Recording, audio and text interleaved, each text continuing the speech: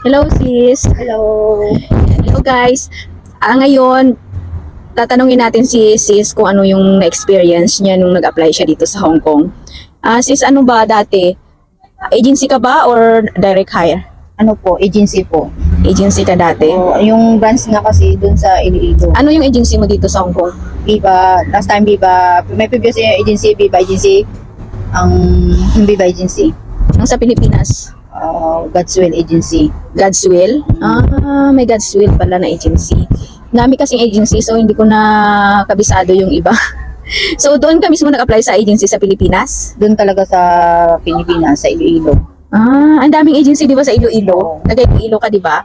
So ano yung na-experience mo sa pag-apply? Paano ka nag-apply? Paano mo nakita yung agency? Kung ano, magkwento ka, ano yung Nung na-experience una ko mo? nag-apply, ako lang talaga ang nag-apply. Naghanap ako ng mga agency sa sa Iloilo nung time na yon. Tapos nag-hire sila ng mga katulong na dito sa Hong Kong. Tapos yun, nag-apply na agad ako, nagpasa ako ng resume. Nag-fill up at saka napasa. Yung unang step is nagpasa ka muna ng resume mo.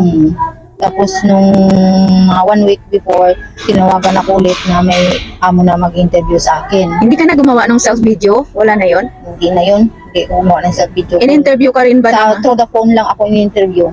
Sinong nag-interview sa'yo? Yung amo. Employer direct? Yung direct. Hindi ka na in-interview nung broker sa Hong Kong? Hindi na? Diretso na sa Diretso ano? na.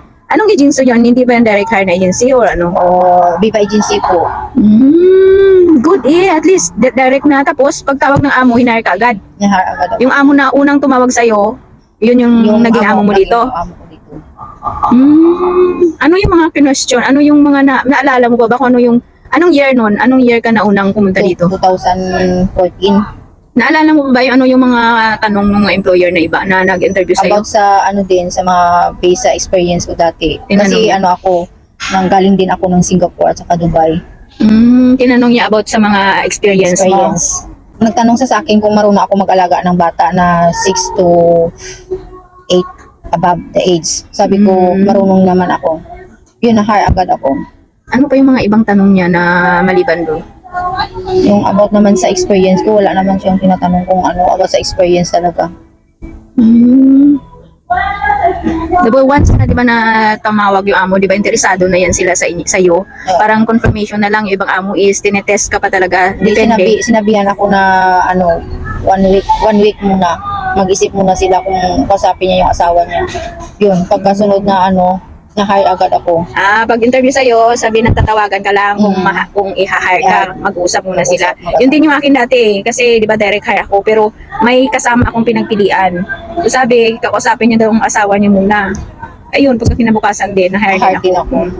Yun sila, kasi kailangan din nila ng confirmation kung isa lang yung nag-interview sa'yo, kailangan din na kausapin yung asawa or kung dalawa sila, off muna yung cam, tapos mag-usap muna sila kung i-hire ka, ganun. Tapos yun, nung na-hard na ako, sabi niya, antayin ko na lang na mag-medical. Yun, naka-report ako sa sa medicalan doon na, Sa Iloilo sa din. Iloilo din.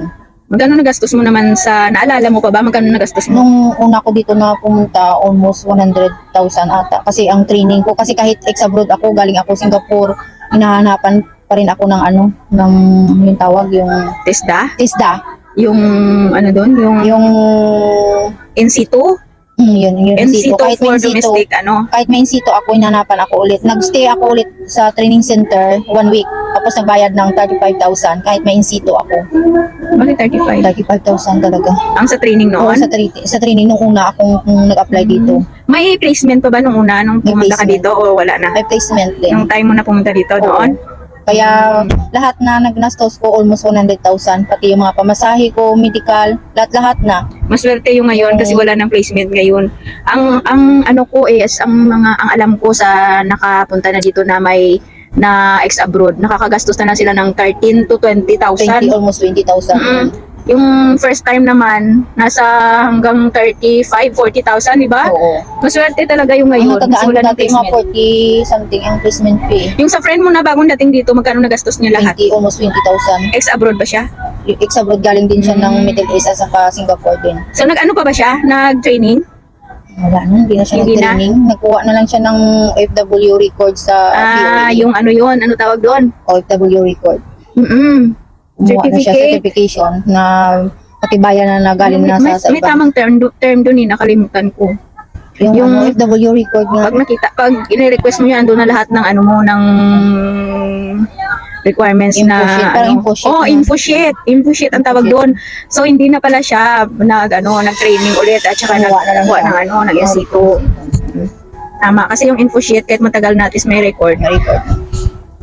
Tama. Agency din siya. Agency din nung agency ko na ano. Diba lately lang siya nagpunta dito? Wala siya Yung ngayon. ano niya? Nag-send ba siya ng video interview pa? Hindi na. Nung nag-ano siya, di ba, apply, yung resume niya through online.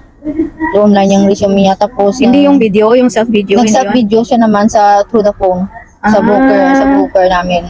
Broker's interview. Nag-broker's interview din siya. Tapos nung interview ulit siya ng amo, yun. Yung unang nakuha niyang amo, yun ang employer niya ngayon. Depende talaga yan sa sa agency at saka sa request ng amo, di ba?